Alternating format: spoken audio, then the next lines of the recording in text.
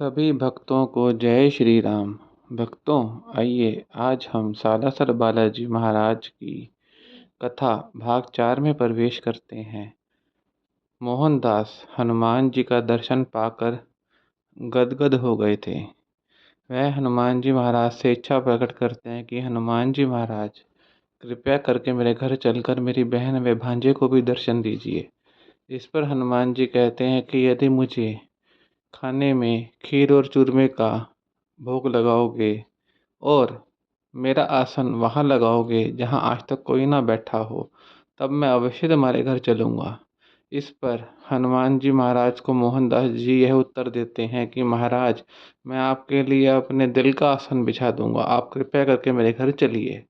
इस पर हनुमान जी महाराज को मोहनदास हर्षित मन से साधु वेश में अपने घर लेकर आते हैं। हनुमान जी के घर पधारने पर कानी बाई द्वारा हनुमान जी के लिए खीर व चूरमा बनाया जाता है। वह हनुमान जी महाराज उसको पाकर अत्यंत प्रसन्न होते हैं।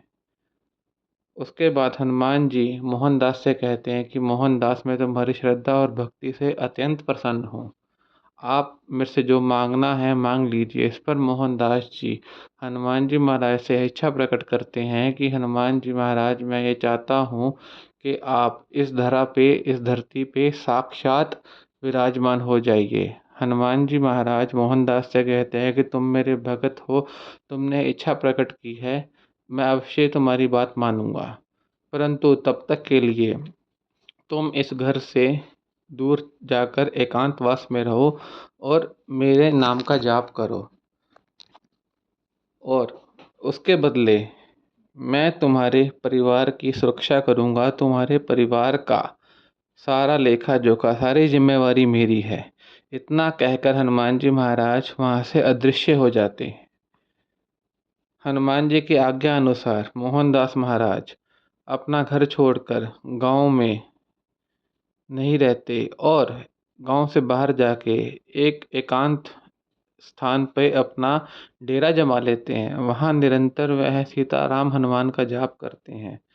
हनुमान जी महाराज के नाम से मोहनदास को इतना प्रेम हो जाता है कि हनुमान जी उसके वशीभूत होकर मोहनदास जी के साथ एक दोस्त की तरह रहना शुरू कर देते हैं।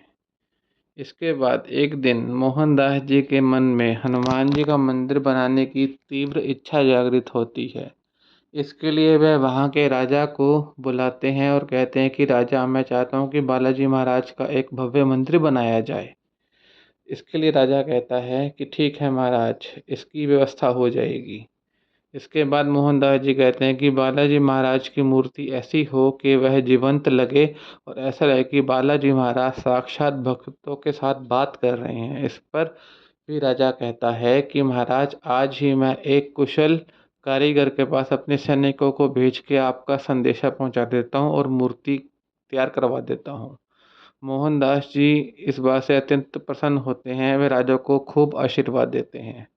इसके बाद एक दिन असोठा गांव में एक किसान अपने खेत में हल चला रहा होता है। उसका हल एक जगह पे आके अड़ जाता है।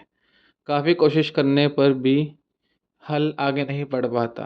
किसान द्वारा वहाँ से खोदे जाने पर वहाँ पर एक पत्थर की शिला मिलती है जिस पे बहुत सी मिट्टी होती है। किसान उस शिला को उठाकर खेत से बाहर फेंककर अपना कार्य में लग जाता है, परंतु धीरे धीरे वह किसान कमज़ोर होकर अपने खेत में बेहोश होकर गिर पड़ता है।